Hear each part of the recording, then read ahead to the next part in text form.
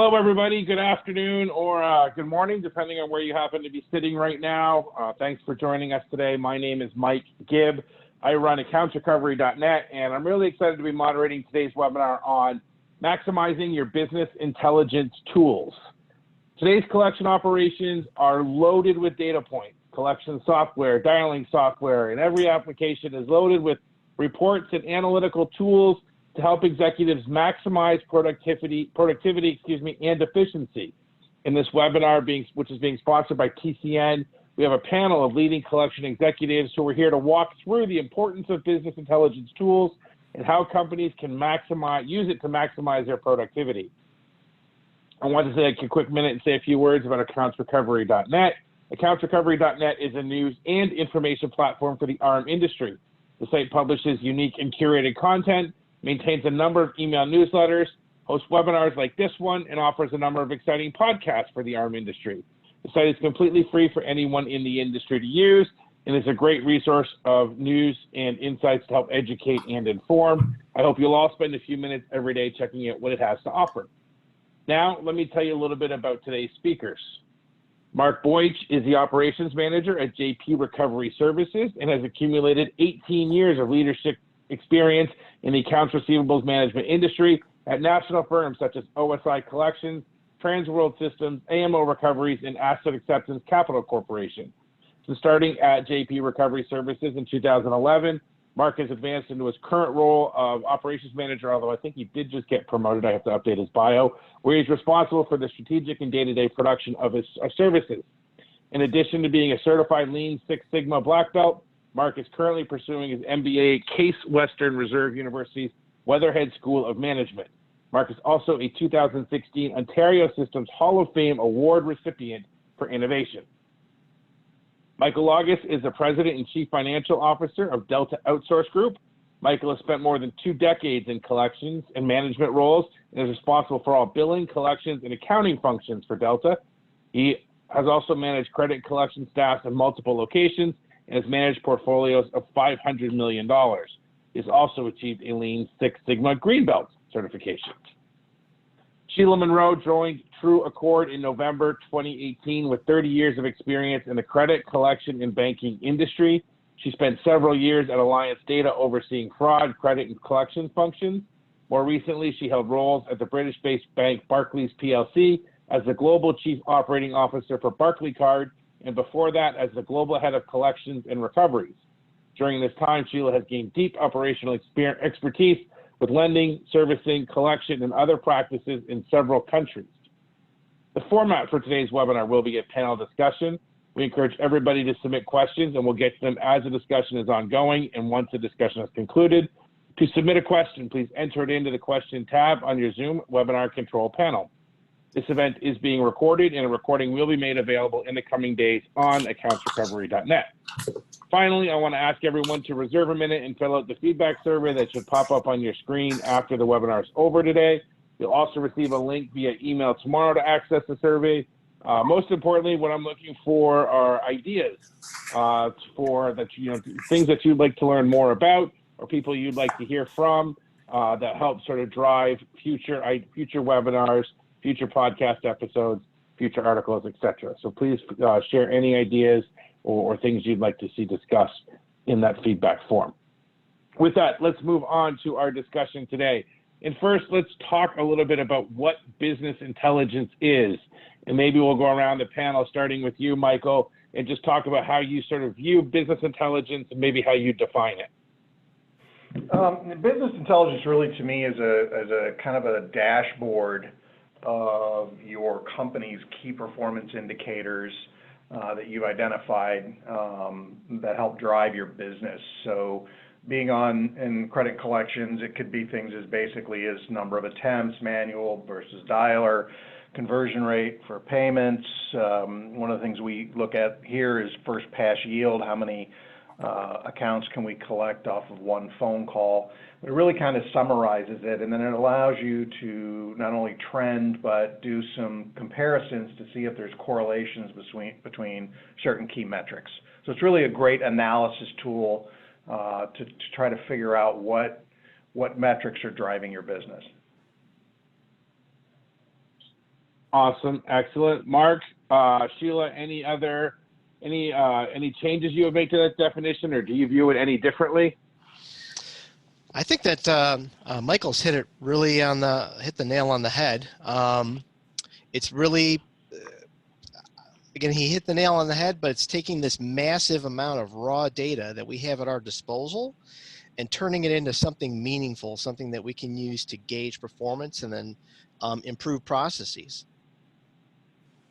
Yeah, I think the key here is actionable insight. So there's a lot of data that you can get wrapped up in and get lost in. But I think that the key to that dashboard view that Michael talked about is, are these leading indicators that you can take action on if they're outside of your tolerance, if they're not meeting your standards. And I always like to use like a red, yellow, green kind of color coding, because it makes for a quick snapshot. If I can look at a dashboard of a lot of metrics and say, okay, which ones are outside of my tolerance or outside of my target, then those are the things that I'm going to focus on and do a little bit more deep dive on. Why is that? Why is it off track? The thing that the business intelligence dashboard isn't going to give you is diagnostics, but at least tell you where to look. Where are you excelling and where do you need to put a little bit more emphasis and figure out root cause of why you're missing that target. Okay, excellent. So let's take this concept of a dashboard and maybe talk a little bit about that for a minute. Without giving away too much or without giving away anything you don't want to give away, I guess maybe that's a better way to say it. What's on your dashboard, or do you want to take it from another angle? What should a company have on its dashboard? Mark, maybe you can go first. Sure. One of the things that we keep a keen eye on is our contact rate of our campaigns. We spend a lot of time focusing on that because we all know that collections is a contact game, a contact sport. So contact rates, very important. After that, we have conversion rates. So what percentage of those contacts agree to pay us? Out of that, kept rates, and then after that we have average amount promised. Some of them have their factors in the technology that we're utilizing or our strategy. Others have their root causes in collector skill, and they point to that. So we'll have a dashboard that rolls up for the entire department or for a work group within the department, but then also at the agent level, we can see how individually they're performing and then focus on those areas to improve agent performance. Yeah, so we are, TrueAccord's a digital first agency, and we kind of, our primary tool as we start to engage with the consumer is email.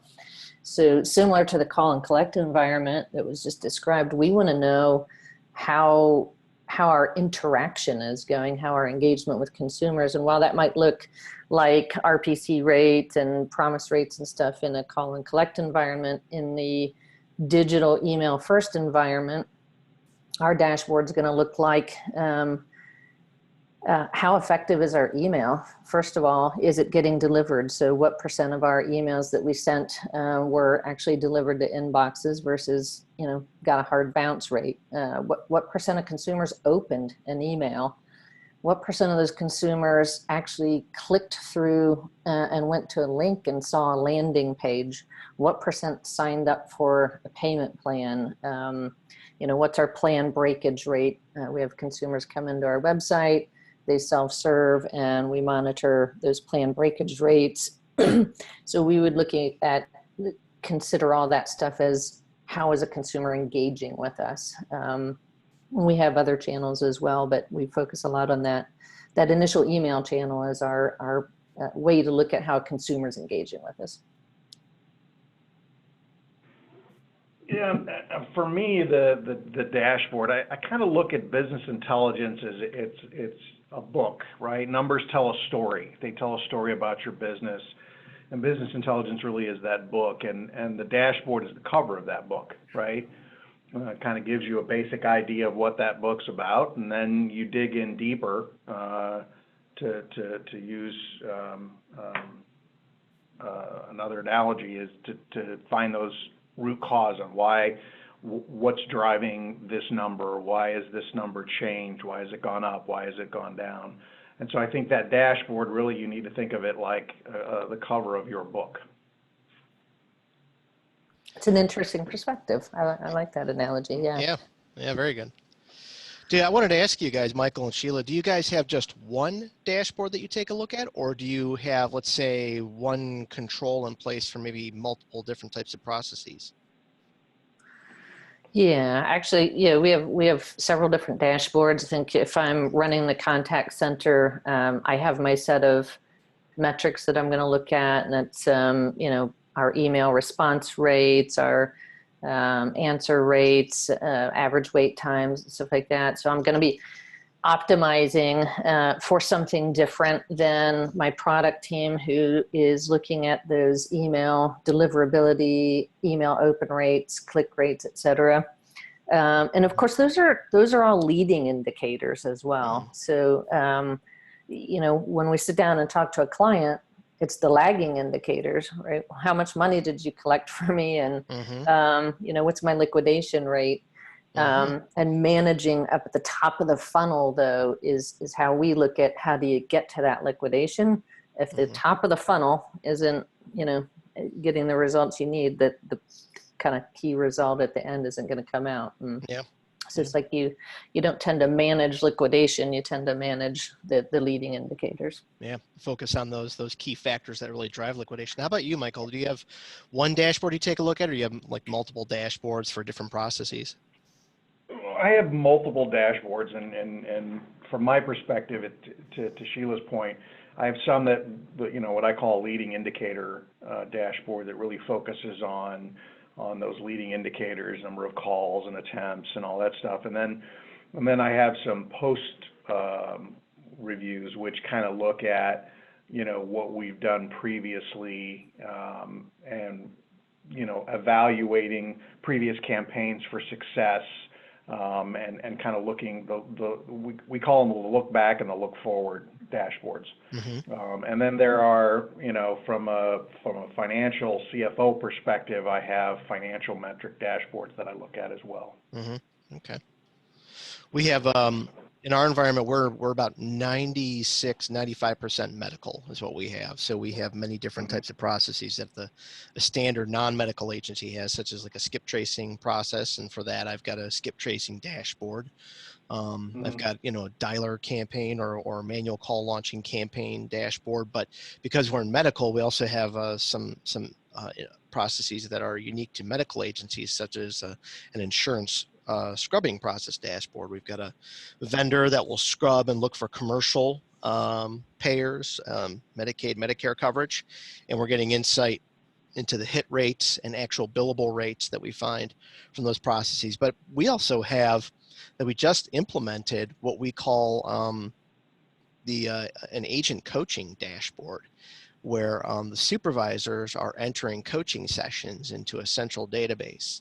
And then we're summarizing that information to identify what are the trends in our coaching with our agents. And that's given us some insight onto areas in which we can focus to just improve agent performance. Other than just call quality, we tie those back to our values as a company. So what are the attributes of a good agent? So job knowledge, teamwork, cooperation, etc. But our coaches, our supervisors are giving us insight into that by logging the coaching sessions. And then we use the data in that database to summarize and discern trends from where our opportunities are for our agents and where we don't need to spend much time too. So we have, much like you guys, we have many different dashboards to take a look at. That's a really good point, because I remember several years ago in another role I had, looking at something like average handle time, which can eat up a lot of payroll in your call center. Started listening to calls and saying, well, what I realized in listening to calls is that there was a training deficit, and a lot of the handle time ended up being, I'm putting someone on hold to go ask someone a question or to go to my knowledge base and look for an answer and hunt around on there. So one of the things that I had implemented because of that is saying, okay, look, there's good AHT, there's good handle time, and there's bad handle time. Bad handle time is all the time I've got a customer on hold. Bad time is all my after call work. Good time is, hey, talk to the customer as long as they want. But what we had identified is that lack of training across an organization can add, significant amounts of time to a phone call, which means significant amounts of time to, or significant amounts of dollars across your estate. So it's a good point you bring up about training.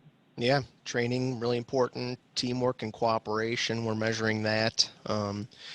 Account maintenance as well. So anything that you're not seeing in like a dialer pool or manual call launching device type of campaign. So, and then using that data to provide feedback to the agents on their monthly performance and then during annual appraisals, so they can see the log entries and they get a copy of it and they know, hey, this is where we want you to focus. This is going to make you a more effective employee and maybe even a happier employee, but maybe that's a bit too pie in the sky.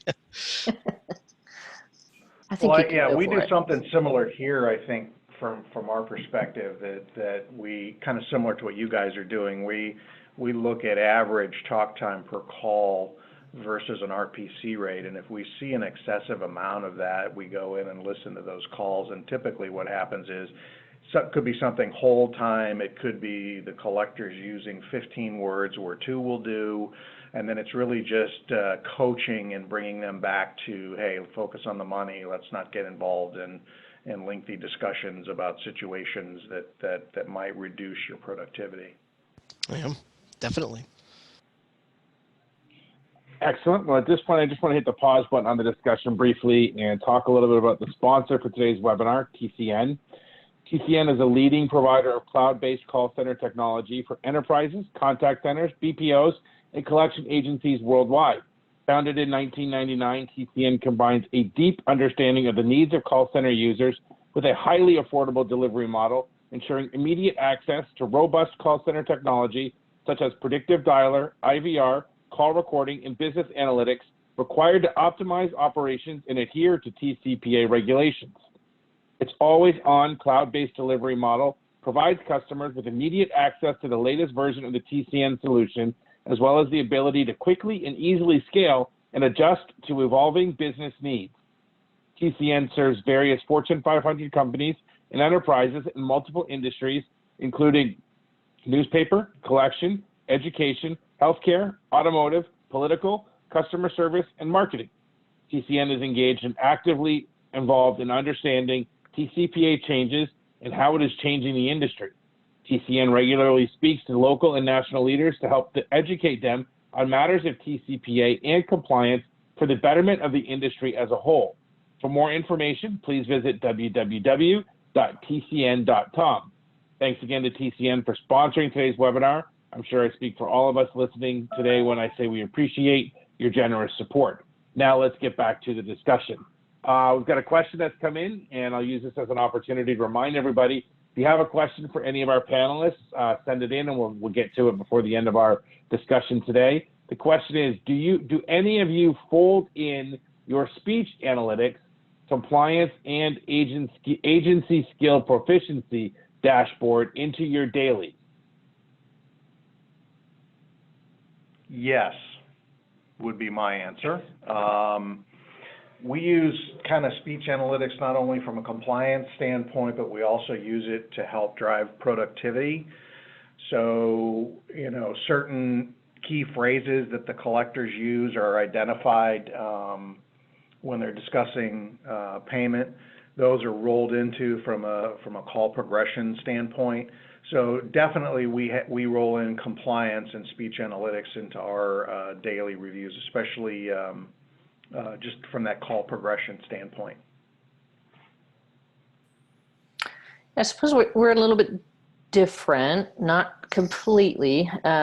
We have as a mostly digital business, all of the contact channels that we use roll through what we call a compliance checker to make sure they've got the right state disclosures. It's the right time of day. We can use it for that client, et cetera. But in our contact center, we get, well, about 0.7% of consumers that we are working with actually call our contact center. Speech analytics is something that we will implement this year. Don't have it. I think it's a fantastic idea.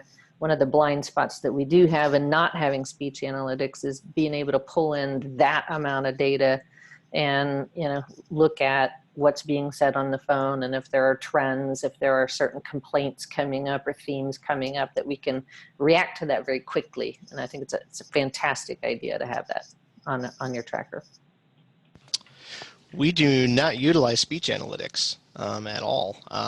It's something that we've investigated. We haven't implemented yet, but much like Sheila's mentioned, I can see the value in adding that tool to your tool chest. The data that you can get from a discussion between a consumer and a collector is really getting into the realm of big data, being able to pull in all the words and identify trends from what's said on a call that can help you identify what needs to be said or what can be said that may help identify potential compliance issues or what may drive a consumer to pay are really valuable tools.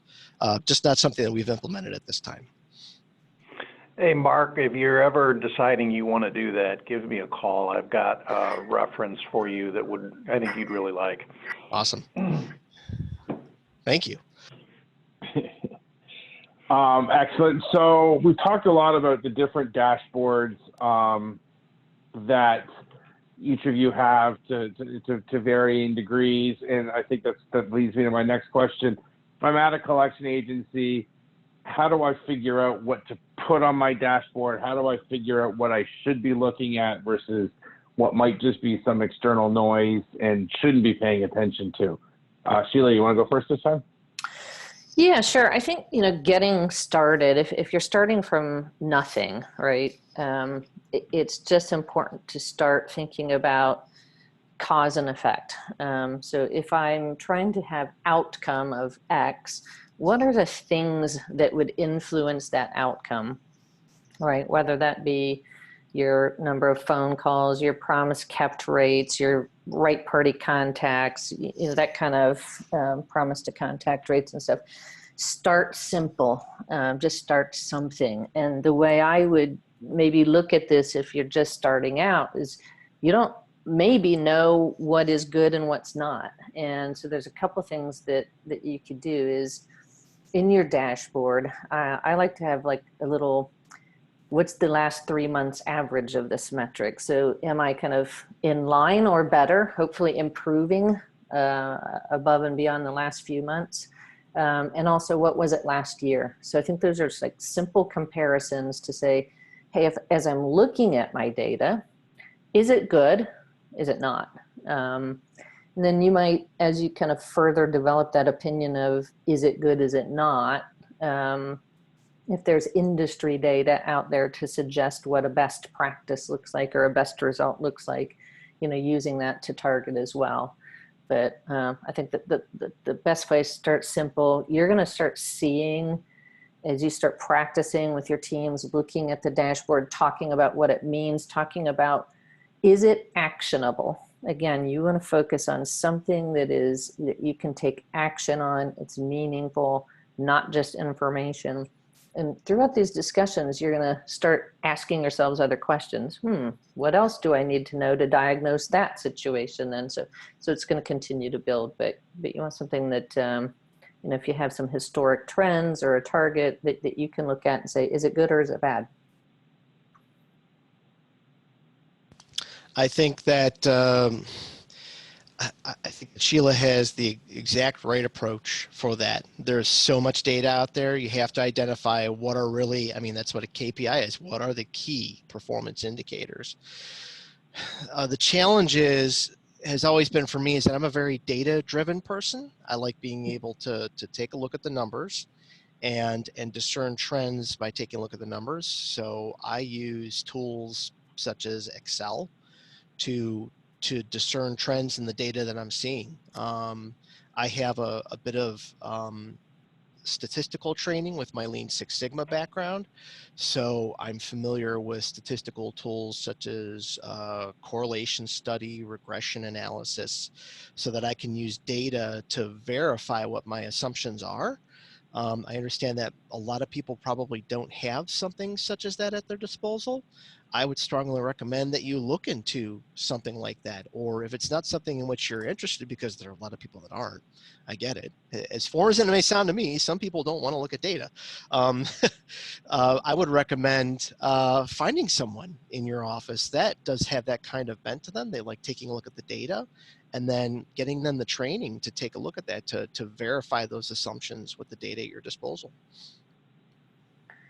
Mark, I think you make a good point, and I think different people learn differently, right? Or take in data. I like to see the numbers, but a lot of people like to put a bunch of graphs and charts together, and that's sort of visual connection or visual management on the data. And there's tools like Tableau and Looker, and if you just Google business intelligence tools, you'll find a plethora of these things. But I also don't want to make it sound like you have to have something fancy either. I mean, I've been in this business a long, long time, as Mike said at the beginning of the call. And, a lot of the business intelligence that we use kind of fancier tools on now used to just be done in an Access database, and that's fine. That's a fine place to start if that's where your skill set is, and you don't have a lot of money to invest in this kind of stuff. Yeah, you can do some pretty nifty things with Excel. That application has grown quite a bit to the point where you can create dashboards out of Excel. If you don't have an application at your disposal, I create dashboards such as our agent coaching dashboard. I don't have anything going fancy on the display side. It's just an Excel spreadsheet with pivot tables, pivot charts in it. And we're able to discern trends graphically from that data. Yeah, but definitely, even with the first thing that I learned as part of data analysis is that what's called that first pass analysis, and that's where those tools such as just basic graphing, time series charts, are really helpful in discerning trends. Well, from my perspective, if you're just starting out, I mean, we have access to so much information; it can almost be overwhelming.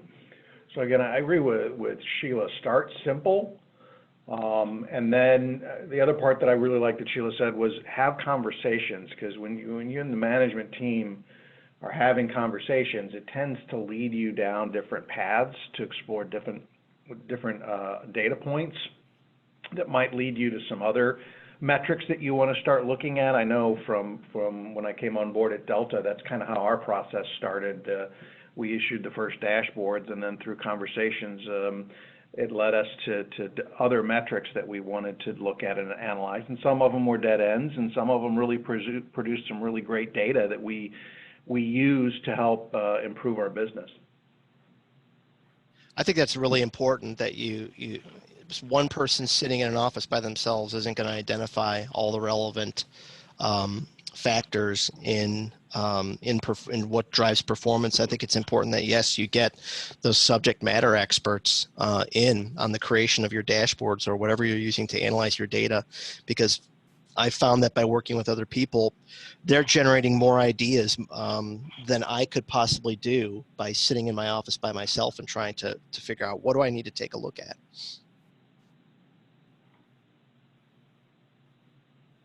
Michael, you mentioned, being able to get some really great data from the tools you're using. Is there anything that you can share and sort of what that data is, or sort of how you were able to sort of act on it or make it actionable, and what changes you made?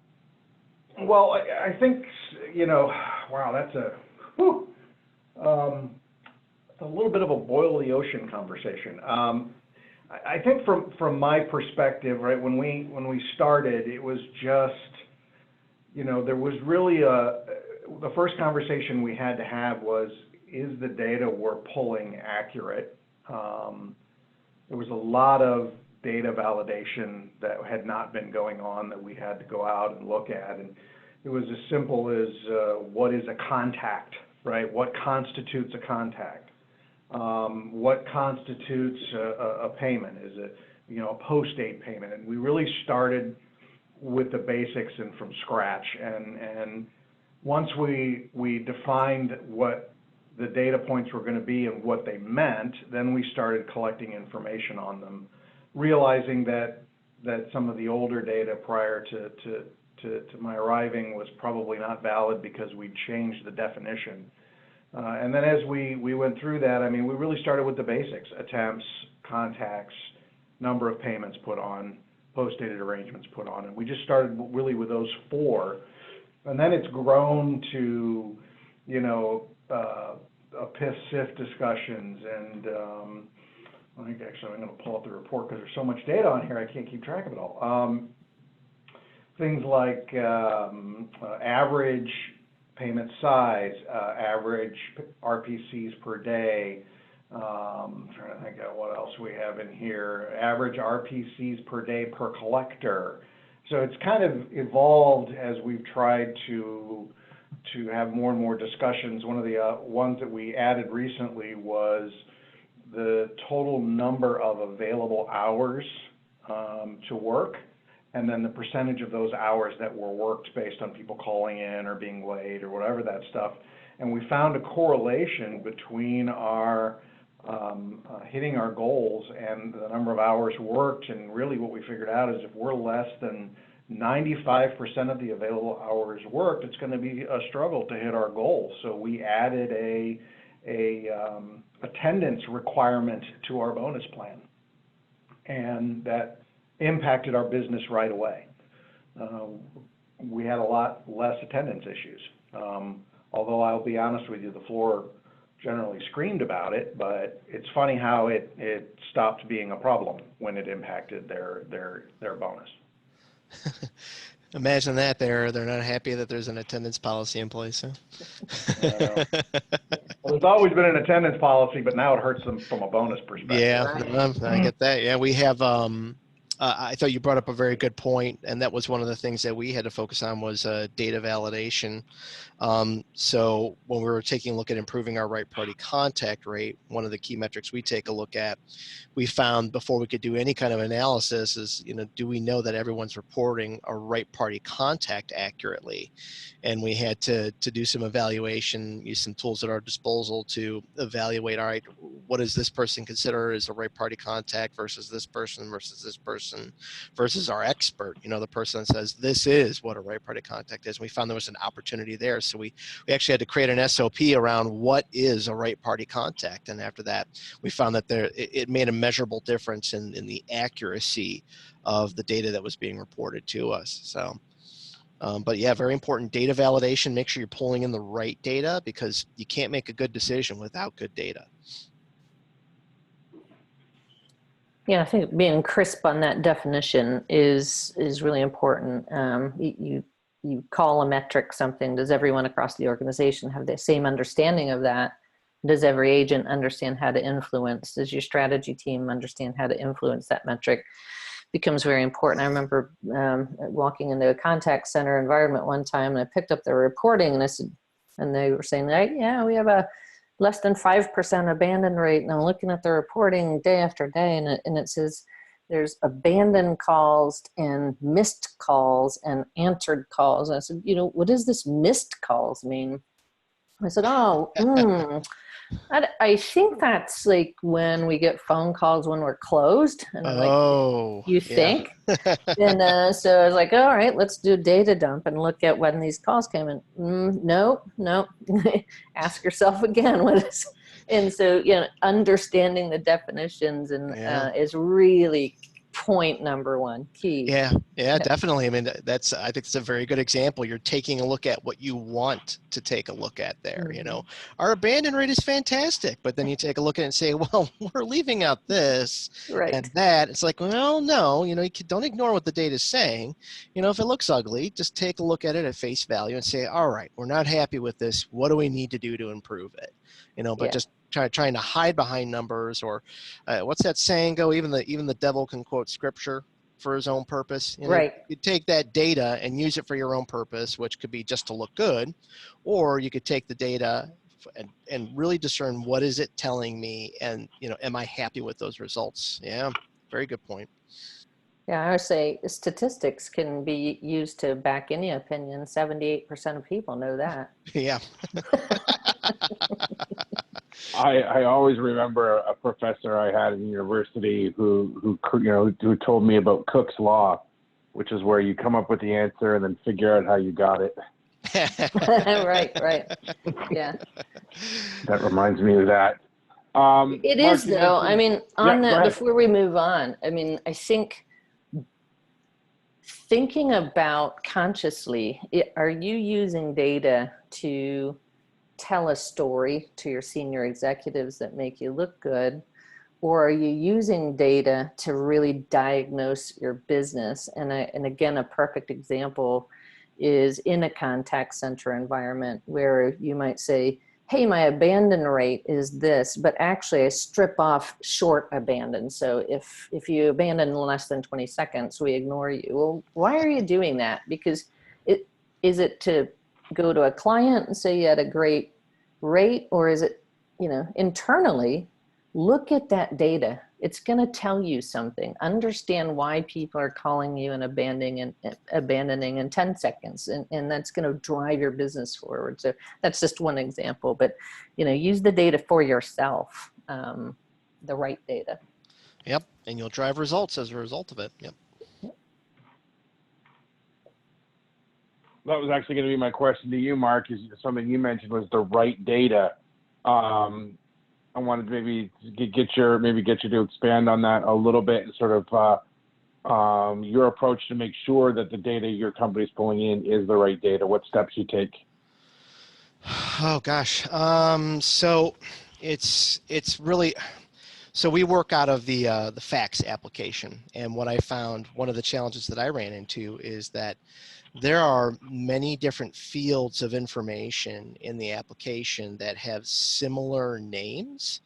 So what I found with us in utilizing FACS is that you have to truly understand what is the data in that field. I think there may be 2 or 3 different fields for balance, principal balance, that could be interpreted as a balance.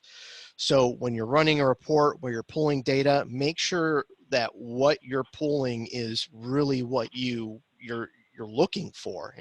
Going back to the subject matter experts, we're fortunate that we have a support plan through Ontario Systems where we can go back to them and say, hey, can you help me verify that this is the right field? Or doing some validation of your own. One of the things that we wanted to verify, so we take a look at right party contacts per operator hour. We wanted to verify that the operator hours were tallying appropriately. So we were doing our own experiments, logging into the contact platform, ensuring that the time in each state was accurate, that things were aggregating properly.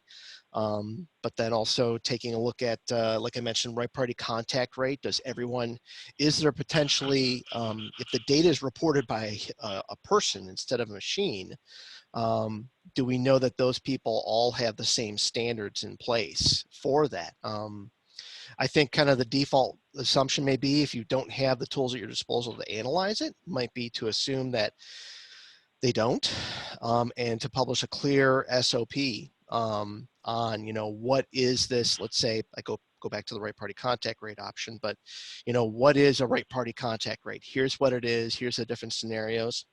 And one of the things that helped us in that particular regard was getting feedback from the people that are every day in and day out, our agents. They're the ones that are reporting right party contact rates. What are the scenarios that you run into that may seem kind of borderline? And then providing clear guidance for our associates on those borderline situations. It's time consuming to make sure you have the right data, but again, you can't make good decisions unless you have good data. You're pulling in the right data. The people that are submitting that data, if it's people driven, all have the same definition for whatever it is that they're reporting. Really important.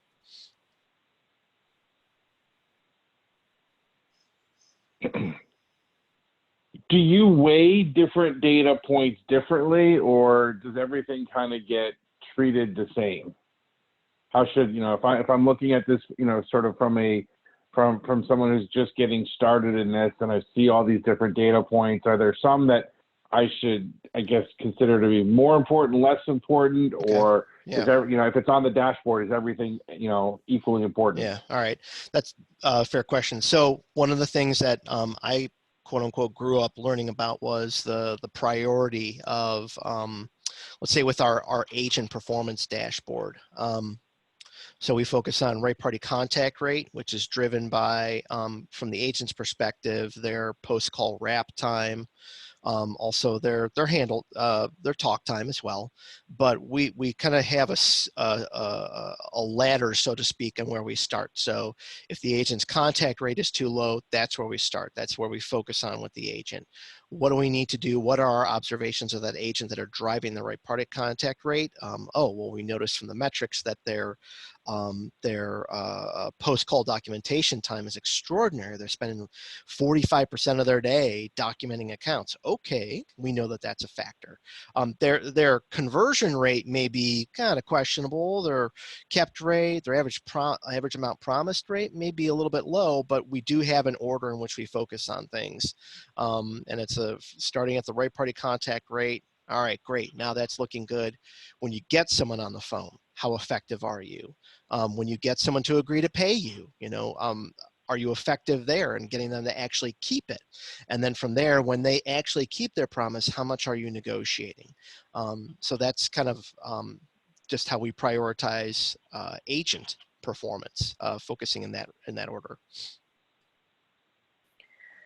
Yeah, I would echo that. I think that, there are definitely metrics that are worth more than others. And I think of those as more ratio based than total numbers based. So for example, your total number of attempts, whether that be attempts by SMS, email, ringless voicemail drop, outbound call, or whatever, the number of attempts isn't necessarily the most important thing. It's how effective was that in getting to a commitment from a customer, whether that's your telephony promise to contact ratio, or that's when you're sending emails, did it get in an inbox? Did it get opened? Did it get clicked? When you send an SMS, if you have a ability to, click onto a website from them, what's the experience on my ringless voicemail drops? Did I get into to someone's voicemail? Did someone act on that then as a result of it and either go to the website and sign up for a payment or call us back? So it's the outcome of that. If you know that those things are effective, then you can work on the absolute number of those things you do until you reach a point of diminishing returns. So I think that you could look at this almost, another way to look at it might be in a balanced scorecard kind of way. Typically look at a balanced scorecard more at a company level or department level, but you can certainly use the same sort of thing where, hey, our effectiveness on this metric weighs a little bit higher on a scorecard than the number of things that I do, perhaps, to drive effectiveness. I think those are all, I like that point with the normalization of your data by taking a look at ratios instead of raw numbers. Well, one of the processes we have in place, our insurance scrubbing process, we know that we're expending a lot on that process. Just to scrub costs us money. It's not the hit rate or the actual found rate, but just scrubbing. So with that in mind, we keep an eye on the ratios by clients. Some clients are much better at identifying billable insurance before they send it to bad debt. And we're able to identify those clients and say, all right, this client has overall a 10% billable rate, but this client has an overall 2% billable rate or 0.9% billable rate. So based on these ratios, it just doesn't make sense with the amount of money that we're spending scrubbing for this 0.9% client to continue scrubbing for them. They're not realizing returns. We're expending a lot of money in terms of the scrubbing and then the labor cost of reviewing those hits. So yeah, those normalizing ratios are really telling when, particularly if you have clients that are of different sizes or different volume placements or pool campaigns that are of different sizes as well. It's great to see you got 500 contacts in this pool, 200 contacts in another pool, but how does that compare to the total amount of inventory in that pool or the total amount of time you spent in it? Yeah, and also think, back to a question that one of the participants asked earlier about, hey, are you looking at compliance and call data, call quality and stuff on a daily basis, I think it's really relevant when you start to think about what weighs heavier than another is, yeah, there are all these like metrics of efficiency and effectiveness, but without weighing those also against your compliance rates, your quality checking, and whether you had failure to deliver mini Miranda or other disclosures or something, that stuff can quickly start to outweigh on a scorecard. If you're failing on quality metrics, that's going to affect your client relationships. It's going to affect more than, just your immediate liquidation. So when I tend to look at overall performance, you want to look at all that kind of stuff as well. And I did see a question in the chat that might have been geared toward, I think it was you, Mark, that was talking about incentives in attendance. There's a question about. Yeah, the question. Yeah, go ahead. So it was a question about, did you experience any turnover when adding attendance to the KPIs and bonus structure? I think that may be one for Michael. Yeah. Is that Michael? Okay. Yeah.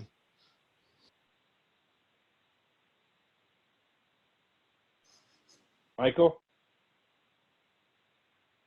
Sorry about that. I had you on mute. That's okay. Initially, we had some pushback, and I only had one person leave over it. The reason they left was because they were close to getting terminated anyway due to their poor attendance. So they were very upset that their bonus got affected and ended up leaving. But my guess is based on their attendance, that would have happened anyway. So initially, yes, but kind of just to dovetail that whole conversation, we during the holidays, we removed it temporarily because the floor had asked for it. And the response that the director of operations said, fine, as long as it doesn't go back. The month we removed it, attendance dropped and our hours worked dropped below. So it was reinstituted the next month, and I haven't heard a thing about it since. Can't argue with the numbers, huh? Nope. Nope. That's why we're having this webinar. Exactly. Yep. Absolutely. Yep. Absolutely. Maybe One of that's the your title for the next one, Mike. Business intelligence, right? The numbers tell you everything. Yep. That's it. One of the That's a good things. one. Go ahead, Mark. One of the things I like to, whenever I'm considering a vendor or some type of implementation of some type of new process, one of the factors, and it's not by far the biggest factor, but what kind of data can I get from you? How data rich is the environment? And that is a factor in our decision. If I've got a contact platform and they can provide me with just their metrics, I'm going to take a look at this dashboard. This is what we say are your relevant metrics. I'm a little leery of that because I like to have my own metrics. I have a pretty good sense of, what I need to put together that's relevant. So I would encourage anybody that's considering any type of vendor, whether it's a contact platform vendor or maybe some kind of data scrub process, what kind of data can you provide to me? And the more data rich, it can be a drawback because, what this webinar is about is, is too much data bad? And it can be because it could be confusing, but I'm more inclined to go with a vendor, or I view it favorably if that vendor can provide me with more data than another data that can, or another vendor that can provide me with kind of just a static statistics, and they tell me what's important. So let me ask you a question, Mark. When do you determine to add a new metric, right? One of the challenges that we've experienced here at Delta is people, when you start adding, and the example I'll use is the average RPC per collector per day.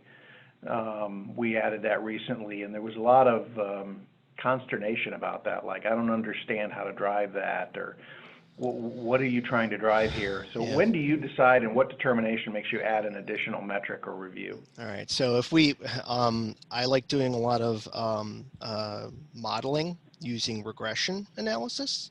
Okay. And Okay. if that metric will describe or tell me or help me more accurately predict what my outcome will be, then I can see value in adding that metric to the dashboard. Like before, we didn't have a kept rate, you know. If it's something that's just kind of common sense, I think you should go with it. Like a kept rate, for example, we didn't have a kept rate. We had a promise rate and an average promise amount, but a kept rate is pretty important. Just kind of makes sense. It's great that you're getting promises, but you need them to keep, right? But in other cases where it's not abundantly clear, I'll use like regression analysis, and, you know, did the predictability of my model improve by adding this metric to the model? And if it did, then I've got the software and the training to tell me that, but that's how I go about it.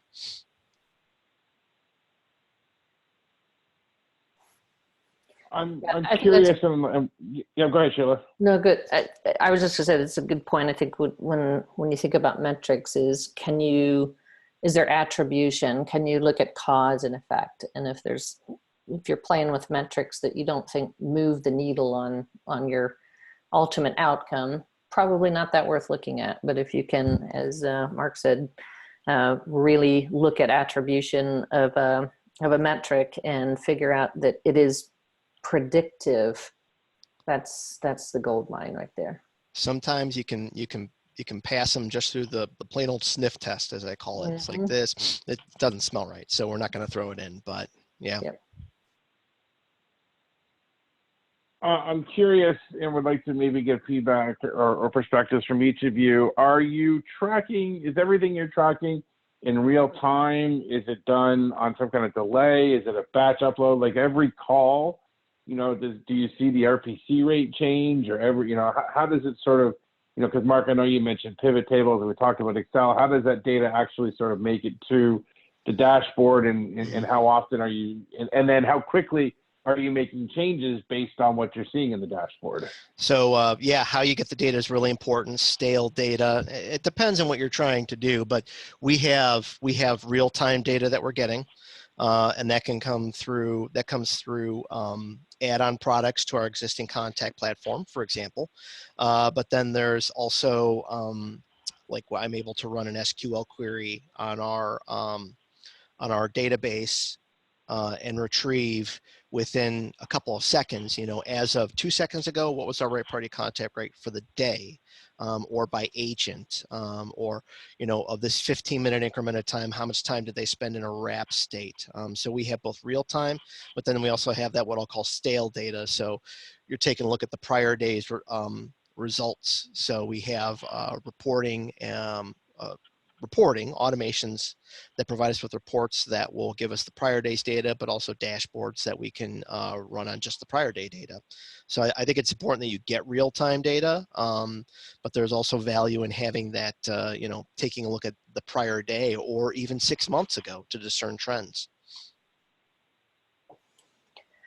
Yeah, we have a little bit different environment, again, being a sort of multi-channel, digitally driven company. We have, we're in a fortunate position where I don't have to look at everything every minute of the time, but our machine learning algorithm is looking at data throughout the day and making decisions at an individual consumer level. So, you know, looking at this consumer went out onto the website, looked at payment plan options, didn't actually sign up. Within 15 minutes, our machine learning algorithm sends an email that is specifically geared to that customer in that situation, saying, hey, you know, I know it can be difficult to pay $1,000 all at once.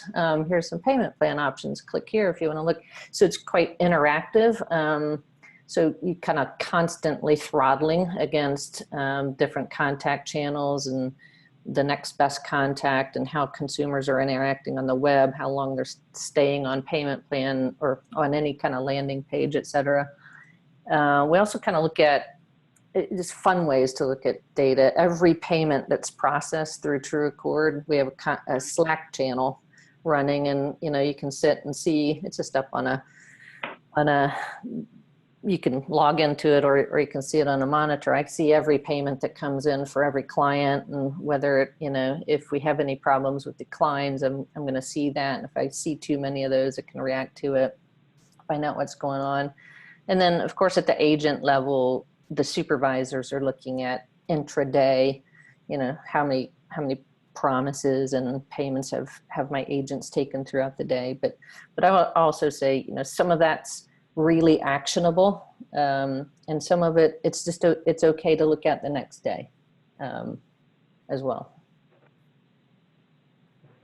Yeah, and from my perspective, it really is relevant to the level of the individual looking at the data within the organization. So managing the collector levels, they're looking at real-time attempts and RPCs and conversion rates, and can focus on specific agents that seem to be struggling, or focus on the successful agents and help get their techniques throughout their team. And for me, it's really at a higher level, less real time, more kind of summary where we're at. So typically a midday review, and then an end of day review for me, just to see where we're at, and then I can ask questions based on the data that's provided. Excellent. Well, we've reached just about the end of the hour, but before I wrap up and let everybody head back to their offices for the rest of the day, I'd like to go around the panel and maybe get some concluding remarks, a summary of maybe what you talked about today, the most important things to kind of remember, or if there's something you wanted to mention but didn't get a chance to, just because the discussion never headed that way, but you can do that. But just to give each panelist a chance to wrap things up today. Sheila, would you mind going first? Yeah, sure. I would just say data without insights is just information, right? So I think that the more you can look at your data and turn it into what does it mean and how can I act on it, that's really the whole point of being able to create business intelligence and use business intelligence. Excellent. Well said. Michael? Start simple, start small. Don't try to boil the ocean, and then make sure you're having meaningful discussions with your management team as you go through your business intelligence dashboard, and build on that base. Thank you. And Mark? Data is good. No, the right data is good. Accurate data is good. It can be overwhelming. When you're presented with a lot of it, reach out to your peers. If you want, you can reach out to me as well, but bounce ideas off of people. The data is good, but you still need people to make decisions about what data to use and then how to take action on it. Excellent. Well, Mark, Michael, Sheila, thank you so much for sharing your insights and taking the time to speak with us today. I really appreciated this webinar. Definitely would not have been possible without your participation.